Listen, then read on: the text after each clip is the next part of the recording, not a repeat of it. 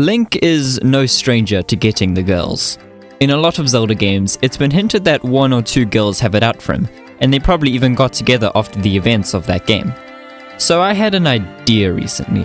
Why not go through the list of every relationship Link has maybe been and/or definitely been in?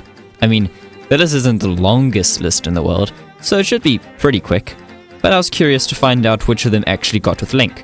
So let's not dilly-dally any longer and just get right into it. I think the best way to start is with the most obvious choice that even a non-Zelda fan would think was Link's beloved. Obviously, I'm referring to Zelda.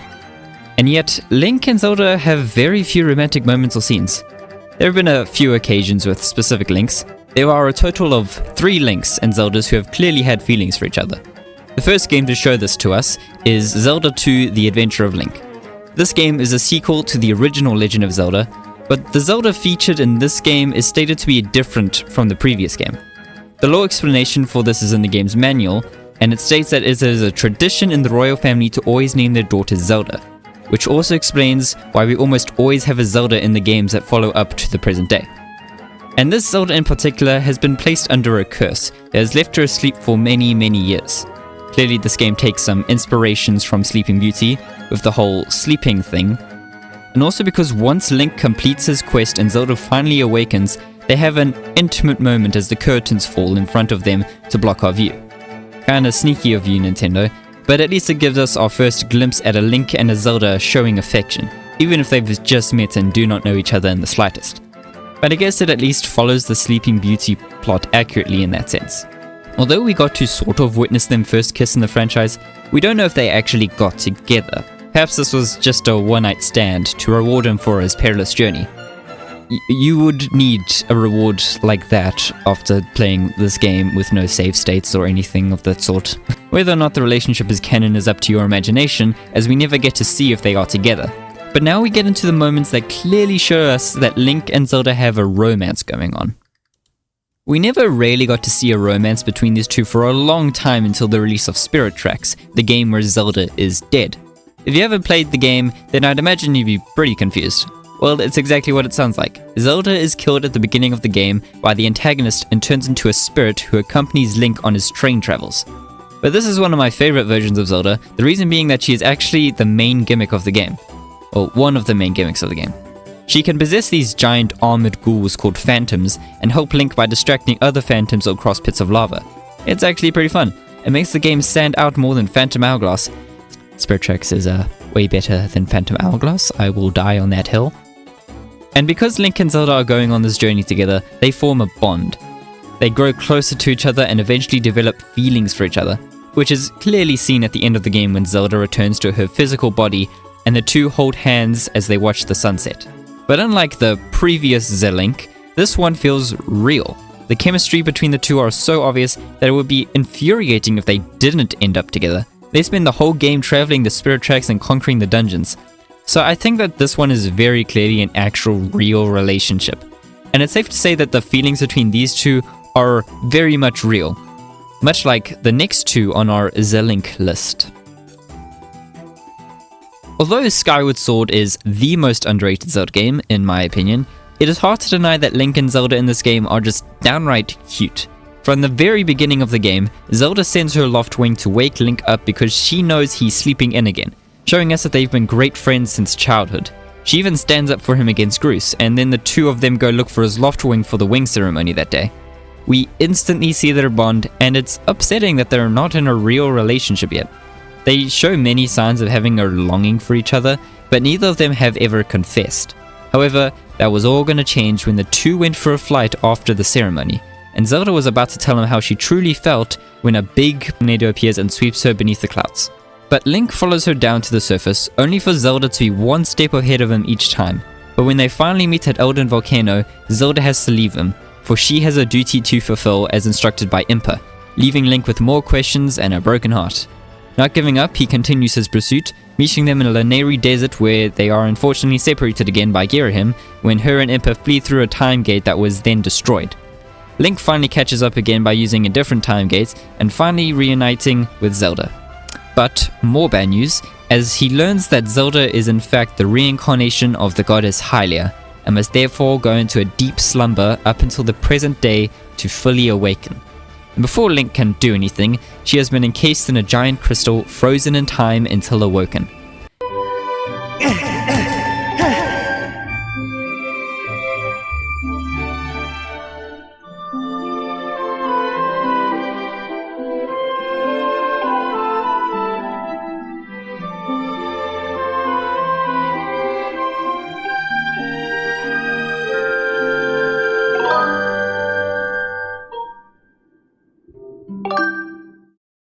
So Link has no other choice but to defeat Demise and save the world in order to bring her back.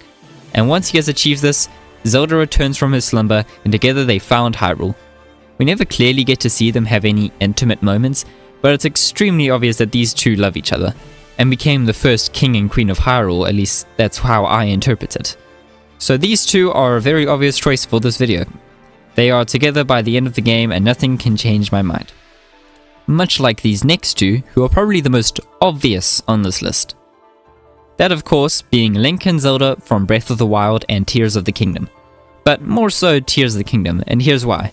It's been about 7 years since the events of Breath of the Wild, and Link and Zelda have had plenty of time to grow closer together. For one, Link is still her appointed knight, even after the fall of Hyrule, protecting her wherever they go. Plus, the house that Link buys in Breath of the Wild has now become Zelda's house. Okay, so what's so special about that? Well, not only is it now Zelda's house, but Link can still sleep in the bed. In these games, Link can only sleep in beds he has either paid for, or has been offered to him, or is his. So wouldn't it make sense that Link and Zelda live together if he can sleep in the bed that is in a house labeled Zelda's house? I don't know, seems like plausible enough evidence. Oh, not convinced yet? Well, how about the fact that Zelda had a secret room constructed without Link's knowing so that she can go there to work in private. She wouldn't have to deal with that unless they live together.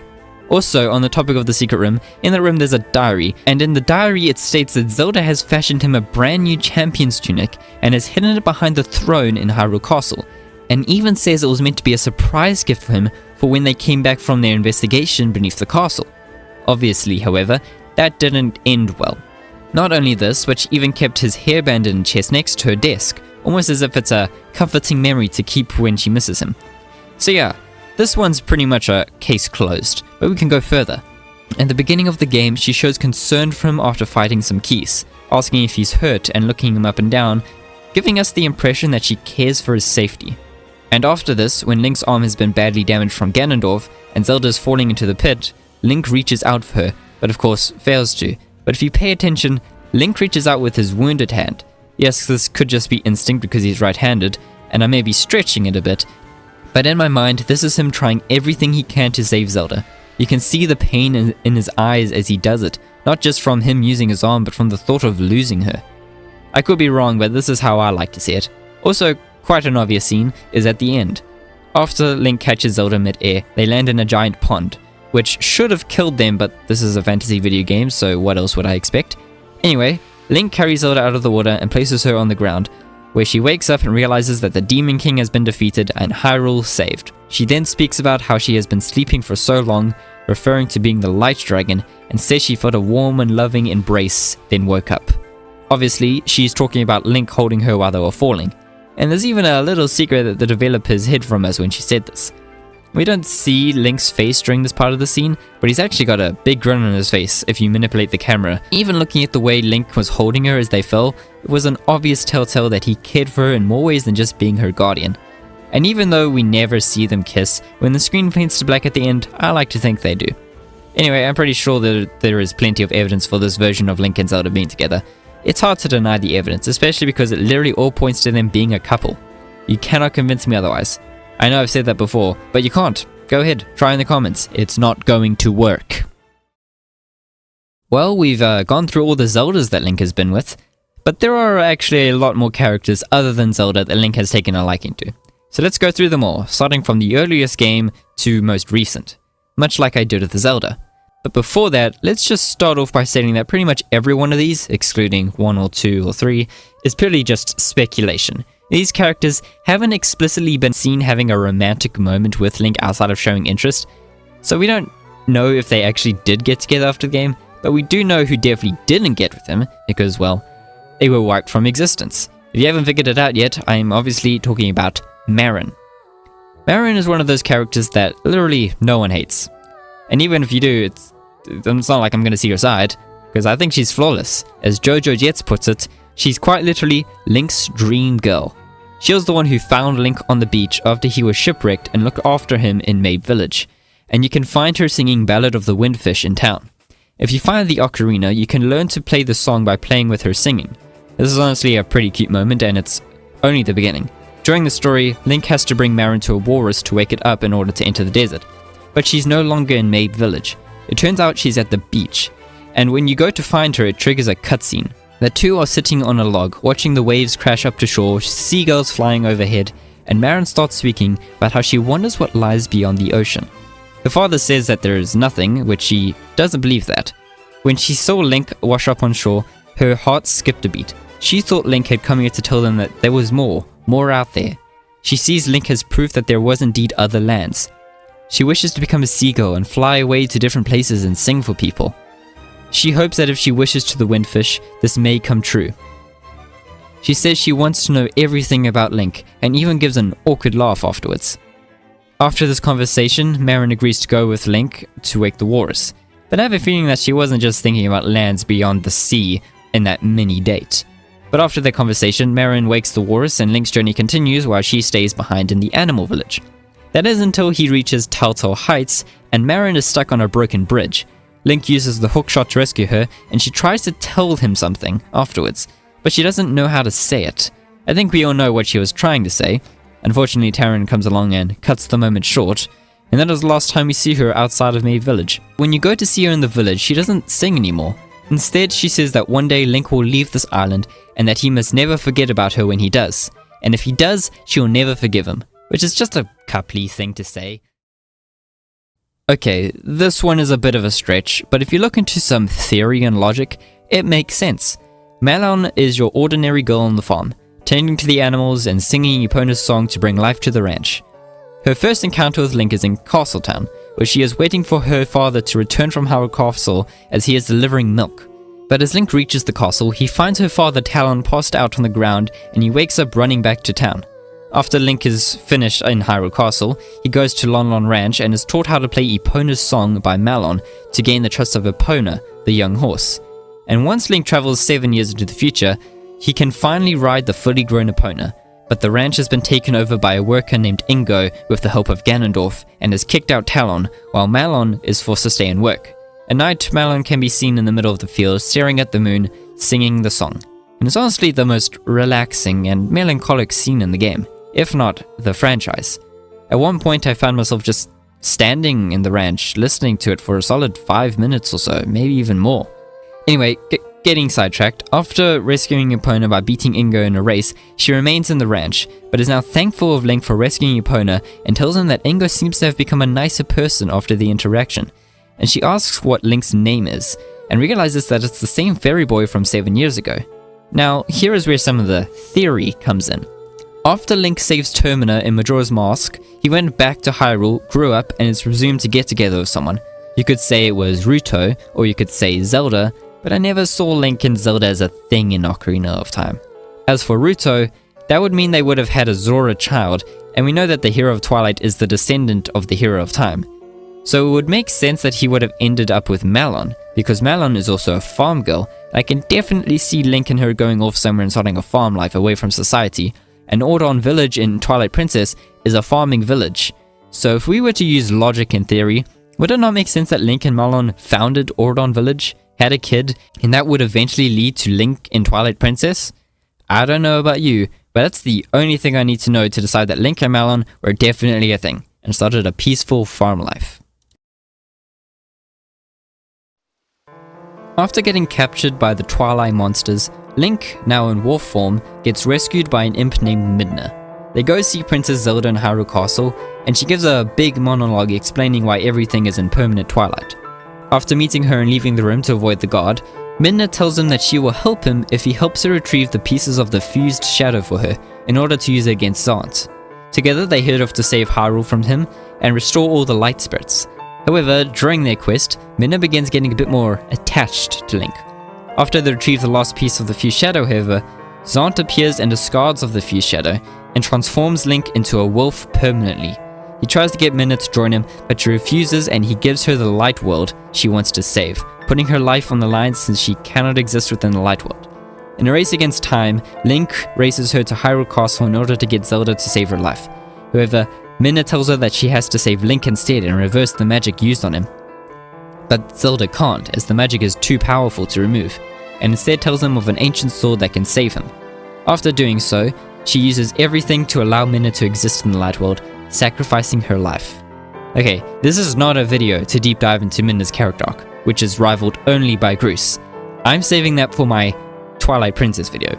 But for now, all you really need to know is that Midna becomes a more selfless person and grows to care for Link as a friend. Well, maybe even more.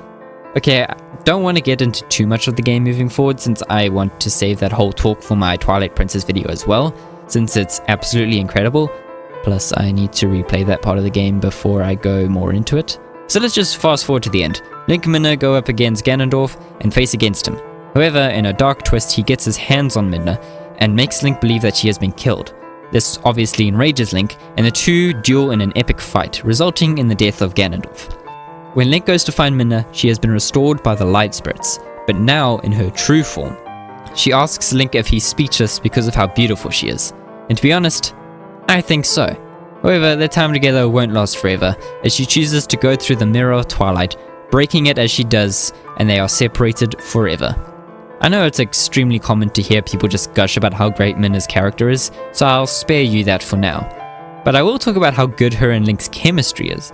They start off a bit rough because of Midna's personality, but grow closer and bond more as the story goes on, which leads to pretty much a complete 180 for her character, as she becomes empathetic and caring for Link until the two are pretty much inseparable. Well, until they were separated.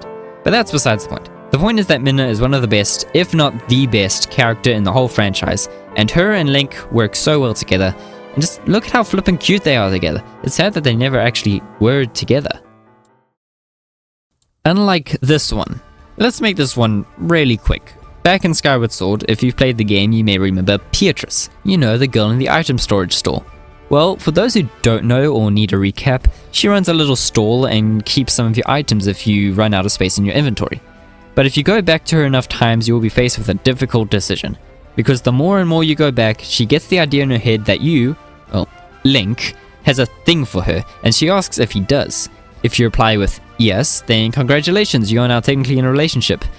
And now whenever you go to talk to her, she calls you her love and makes these love gestures. And if you go to her house at night, her father is there and says he's gonna find the one who's dating his daughter and punish him.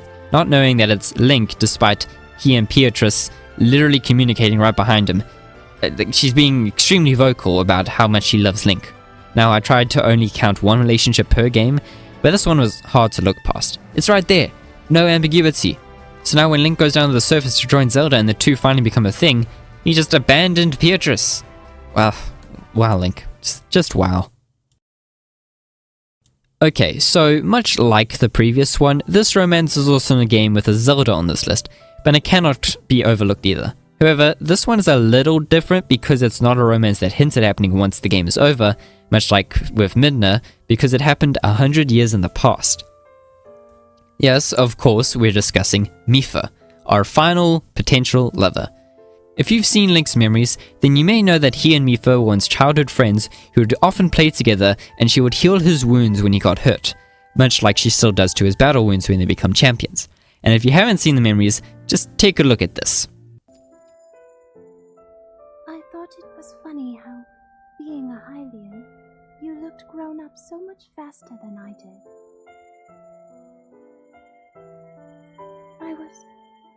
I was always willing to heal your wounds, even back then.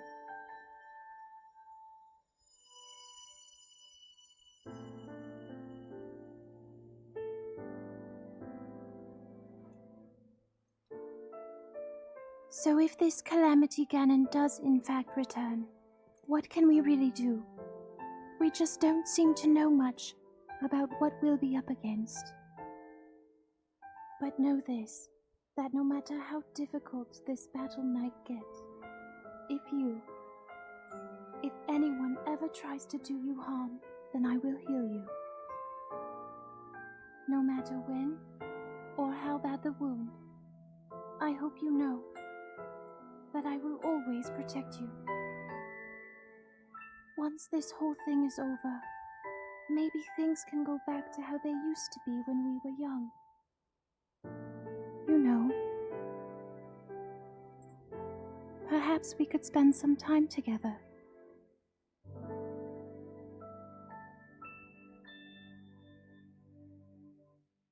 And then right before Calamity Ganon attacks, Mipha is giving advice to Zelda to try help bring her powers out. She takes a look at Link and tells Zelda that when she's using her healing powers, it helps her use it when she thinks about... Well, we never really know. But if we piece together the fact that she looked at Link right before saying this, it makes sense that she was going to say, someone I love. That's what I made out of it anyways. So yeah, I think that's all the evidence I need to prove that Mipha and Link could have been a thing. But we all know that was going to happen. It's so obvious. So yeah, those are some characters in the Zelda franchise who I think Link is in a relationship with. Or will be later on, or could have been. Now, I obviously could have forgotten a few, but these are the ones I personally think make the cut. And now for the reason I made this video. Well, I had planned it months ago and I wanted to save it for Valentine's Day. And this video is also dedicated to my wonderful girlfriend, who has supported me through the beginning of my YouTube journey and hopefully will continue to in the future. She is also an extreme romantic, so I hope she enjoyed some of the romantic moments I mentioned. And thank you all to my subscribers as well who stuck around for the past few months. And with that, happy Valentine's Day.